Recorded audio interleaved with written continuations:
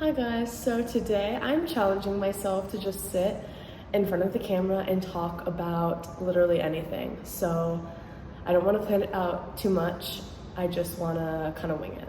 So we're gonna try. So I think I want to talk about things that help me through the week, just like taking care of myself, not necessarily like physical self-care, but more like mental, emotional self-care. I was thinking about some things that I definitely do every week. One of those being just like journaling. So I was gonna talk a little bit about how I do this every week. So I like to journal every couple of days at least. I was really good about journaling every day for a while. And then once in a while I would forget for one day, and then I would be like super disappointed in myself, which I don't think is really the point of journaling in the first place. Some things that I like to journal about, being a very empathetic person, I absorb the energies around me, I absorb other people's emotions, and when the people around me are struggling, I find myself struggling too. So one thing I like to do is just journal like everything on my mind. Like it could have no plot, like no one is going to be reading this. You're not writing a novel. So just like release whatever is in your mind. Because sometimes I hold on to those emotions from other people, I like to write down what emotions I'm feeling and then identify if they're my emotions or if they're somebody else's emotions. Once I'm able to do that, I can kind of see okay, maybe I am feeling my own emotions and I need to cater whatever care I'm doing to myself.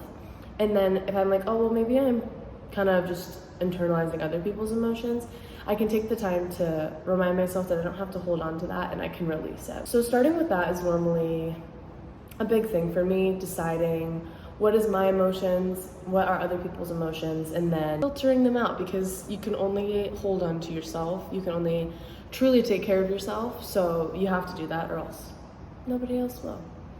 So that's one thing that I really love to do to take care of myself.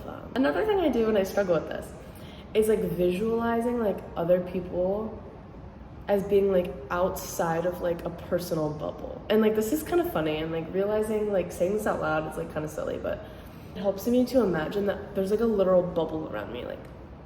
I am able to be there verbally, and I'm present and able to be helpful to that person, but I'm not internalizing and absorbing it. That energy cannot come to me. I'm protected by my little imaginary bubble. And again, this is funny, but it genuinely is something that helps me so much. A similar thing, standing in the shower, imagining all of the stress and worry of the day just washing off of me. Those little visualization things, at least for me, help me so much, even if they're kind of funny. Another one I wanted to talk about was treating myself like a friend. I think we're so quick to judge and critique and ridicule ourselves from such a young age. It's really crazy. We would never treat someone else the way that we treat ourselves, at least in my experience. So talking to myself like a friend, treating myself like a friend, and even spending time with myself like a friend, I've noticed makes a huge difference in how I feel. If I forget to do something, there is zero benefit from me telling myself I'm forgetful, I'm lazy, I'm dumb. That does nothing. It's simply setting myself back further. It's okay to be a human being. Life does not depend on this. Just reminding myself those little things that I might not normally think to do, when I might normally be hey, that was really stupid of you to do that. No, that's not productive. No more of that. Reminding yourself that you have to be your own best friend to survive almost. You have to be your own best friend in order to feel loved 24/7. Spending time with myself like a friend, this is kind of a strange one. I also think being an introvert and an only child, I might do this more than the average person, but just taking time to check in with myself, ask myself, how am I doing today? Genuinely, what do I need more of today? What do I need less of today? Thinking about those things. And I think just spending time with myself, not on my phone, because I'm not spending time with me if I'm on my phone. Even if it's just 5 minutes a day, taking that time to reconnect to myself, it makes me feel much more grounded and I'm never alone, because I'm always gonna have myself. Ooh, this one's my favorite. Being mindful of the things that I'm consuming. This means any kind of consumption, social media consumption, listening to other people's words consumption. And it does mean food, it does mean water, it does mean other substances. I know for me, I am so sensitive. The littlest things have such a huge effect on me. So I'm someone that needs to be very meticulous about what I consume. I didn't used to necessarily be like this. And then I've noticed that I definitely need a little more attention to myself, making sure I'm consuming the things that benefit me, the things that help me grow at the things I love. Because at the end of the day, like, delayed gratification is so much more valuable to me than instant gratification.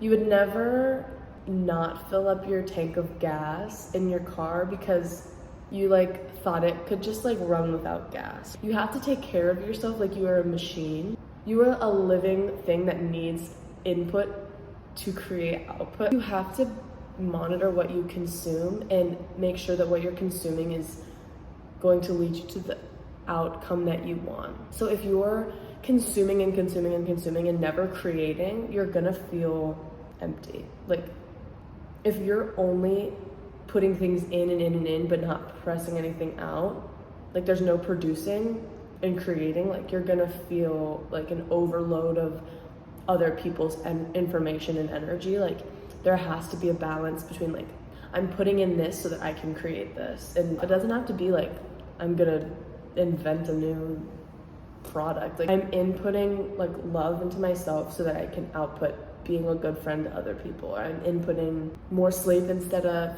like time on my phone so that I can output waking up earlier and working on my goals earlier in the morning. We think about consumption just being food and water, and we consume so much more than that every day. So I guess that's the last thing I wanted to talk about. This was honestly more of an experiment for me, challenging myself to just sit in front of the camera. I had like this whole script written out and I didn't follow it at all, which I'm really proud of. It's harder than I thought it would be to just sit in front of the camera and talk. And I'm proud of myself for doing it. And even if this comes out looking horrible and makes no sense, like, I tried. And that's fun and I'm excited.